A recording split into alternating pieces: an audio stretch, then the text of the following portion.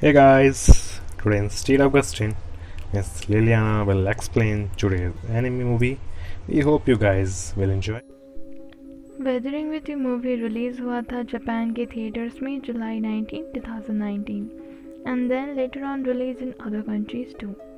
This movie was written and directed by Makoto Shinkai. Movie कुछ इस तरह start होता है। हमें दिखता है कि एक माँ हॉस्पिटल बेड में ऑलमोस्ट लाइफलेस हो रही होती है और उनके जस्ट बगल में उनकी बेटी बैठी है। वो लड़की अचानक एक विंडो के बाहर देखती है एक मिस्टीरियस सा लाइट, बट बाकी जगह पूरी टोक्यो में बारिश हो रही होती है। वो तुरंत उस लाइट को फॉलो करते हुए एक अबैंडन बिल्डिंग में पहुंच जाती है और देखती है कि उसके टेरेस पर वो लाइट आ रही है। वहां पहुंचते ही उसे एक श्राइन गेट दिखता है। वो वहां अपनी मॉम के लिए जैसे ही प्रे करती है कुछ मैजिकल सा होता है और मिस्टीरियसली वो आसमान में फ्लोट करने लगती है और छोटी छोटी वाटर फिशेस से घिर जाती है। अगले सीन में दिखाया जाता है एक लड़का जिसका नाम होडाका है। उसकी एज अराउंड वही 16 इयर्स होता है। वो एक्चुअली अपने ट्रबलसम घर से भाग आता है टोक्यो सिटी की ओर जॉब के लिए। फेरी में ट्रैवल करते हुए एक बड़ा सा रेनस्टॉर्म हिट करता है फेरी को और होडाका गिरने ही वाला होता है, पर उसे काइसोगे सुगा नाम का एक आदमी हाथ दे के बचा लेता है और अपना बिजनेस कार्ड दे के वहाँ से निकल जाता है जैसे ही टोक्यो शहर में पहुंच जाता है फेरी।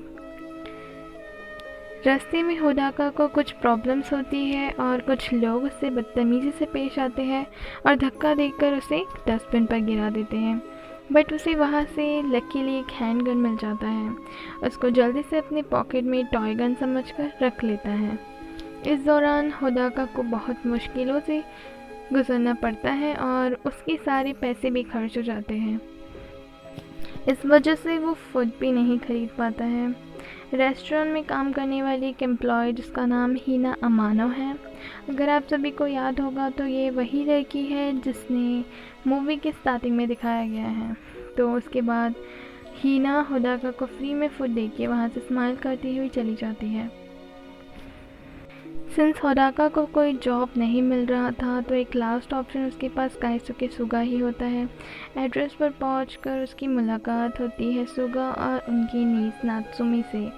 सुगा होडाका को अपने छोटे से ओकल्ट मैगजीन में पब्लिशिंग कंपनी में असिस्टेंट का जॉब अपॉइंट कर देते हैं। एक्चुअली वे लोग अर्बन लेजेंड्स के बारे में इन्वेस्टिगेट करते हैं और हाल ही में उन्हें सनशाइन गर्ल की स्टोरी के बारे में सर्च करना था। अगले दिन होडाका अपने काम से जा रहा होता है। उसने देखा कि एक लड़की को कुछ लोग ज़बरदस्ती पकड़ कर ले जा रहे हैं। जैसे ही उसने उस लड़की का फेस देखा तो उसे याद आया कि ये वही लड़की है जिसने उसकी हेल्प की थी फ्री फूड देके। वो बिना सोचे बिना समझे हीना का हाथ पकड़ता है और वहाँ से उसको भगा के लेके जाता है, पर वो लोग फिर भी उसको फॉलो करते हुए आ जाते हैं। लेकिन होडाका तुरंत अपनी गन निकालता है और ऊपर की तरफ शूट कर देता है, उसे एक टॉय गन समझकर। वो मैन डर गए और मौके का फ़ायदा उठाकर होडाका हीना को एस्केप करके लेके जाता है। हीना उसे अबैंडन बिल्डिंग में ले जाती है जहाँ गन थ्रो करने के लिए कहती है। फिर हीना होडाका को अपनी एबिलिटी दिखाती है स्काई को क्लियर करने की। होडाका काफ़ी शॉक्ड और सरप्राइज हो जाता है। हीना होडाका को अपने घर में इनवाइट करती है। होडाका देखता है कि हीना अपने भाई नागी के साथ रहती है विदाउट एनी गार्जियन, सिंस इसकी मॉम की डेथ लास्ट ईयर ही हो चुकी होती है। होडाका देखता है कि उनकी फाइनेंशियल कंडीशन अभी बिल्कुल ठीक नहीं है और जॉब भी चला गया है, so he decides to start a business जहाँ हीना अपनी सनशाइन गर्ल वाली एबिलिटी से वेदर को क्लियर कर सके जहाँ ज़रूरत हो। इस तरह उनके पास बहुत से ऑनलाइन रिक्वेस्ट आने लगे धीरे धीरे और जल्द ही उन्हें सक्सेस भी मिल गया। ऐसे ही एक दिन उन्हें जिनजू फायरवर्क्स फेस्टिवल में स्काई क्लियर करने के लिए बुलाया गया, पर बाय मिस्टेक टीवी पर हीना को दिखाने की वजह से उनके साइट में बहुत से रिक्वेस्ट आने लगे, इसलिए उन्होंने बिजनेस को बंद करने का सोचा। इस दौरान कहीं ना कहीं होडाका को हीना के लिए फीलिंग्स आती है और वो सोचता है कि उसे उसके बर्थडे पर रिंग गिफ्ट करके प्रपोज कर देगा और वो उसे ख़रीदने चला जाता है। नेक्स्ट डे हीना के घर पुलिस और डिटेक्टिव होदाका के बारे में सर्च करने आती है, क्योंकि होदाका की फैमिली उसके बारे में मिसिंग रिपोर्ट फाइल करते हैं। और तो और होदाका को गन फाइल करते हुए भी पकड़ा गया है सीसीटीवी कैमरा में। ऑफिसर्स हीना से पूछताछ करते हैं, पर होदाका घर में ही छुपा हुआ रहता है। और तो और हीना और उसके भाई को भी प्रॉब्लम हो सकती है, क्योंकि वो दोनों बिना गार्जियन के यहाँ रह रहे हैं। तो कुछ ही दिनों में उन्हें भी सोशल सर्विसेज वाले वहाँ से लेके जाएंगे और सेपरेट कर देंगे। जैसे ही पुलिस वहाँ से जाती है, सुगा होदाका के पास आकर उसे सेपरेशन पे देते हुए कहते हैं कि पुलिस मेरे पास भी आई थी और उन्हें शक है कि मैंने ही तुम्हारा किडनैप कराया है, इसलिए ये बेहतर है कि तुम यहाँ से चले जाओ। उसके बाद होदाका, हीना और नागी वहाँ से छुपकर भाग जाते हैं।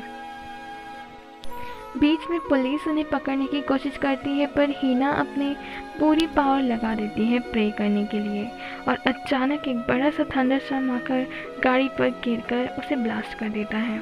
सब शॉक्ड हो जाते हैं और हीना दोनों को लेकर वहाँ से होटल की ओर जाती है। तीनों एक होटल में रुकते हैं और फिर थोड़ा एंजॉय करके सुबह होने का इंतज़ार करते हैं। जैसे ही नागी सो जाता है, हीना और होदाका थोड़ा बात करते हैं और होदाका हीना को वही रिंग गिफ्ट कर देता है। हीना बहुत खुश होती है। दोनों को एक दूसरे के लिए फीलिंग्स आ जाती है और हीना होदाका से पूछती है कि क्या तुम चाहते हो ये ना रुकने वाली बारिश रुक जाए? होदाका बिना सोचे कहता है कि हाँ, क्यों नहीं, मुझे बहुत अच्छा लगेगा।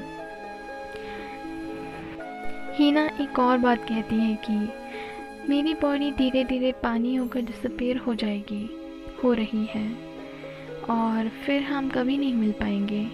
होदाका इस बात को सीरियसली नहीं लेता है, रोते हुए कहता है कि चाहे कुछ भी हो जाए, मैं तुम्हें हर हाल में प्रोटेक्ट करूँगा।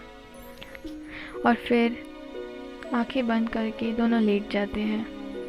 सुबह जैसे ही होता है, होदाका अपनी आंखें खोलता है और एक वियर्ड सा ड्रीम देखकर जिसमें हीना डिसअपीयर होकर स्काई में जा रही होती है, और सच में आंखें खोलने के बाद वो देखता है कि हीना कहीं नहीं मिल रही है।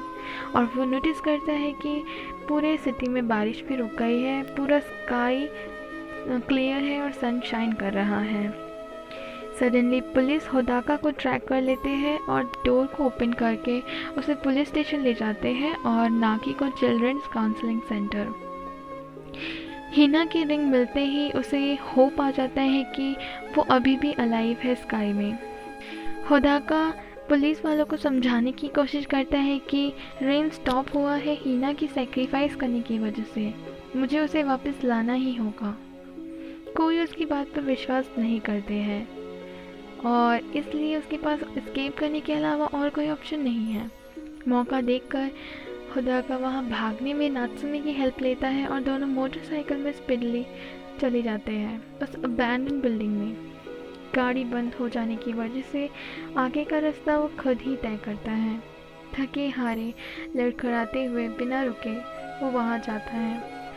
पुलिस होदाका को घेर लेते हैं और सुगा भी आकर उसको समझाने की कोशिश करते हैं कि हीना अब चली जा चुकी है, अब वो नहीं आएगी।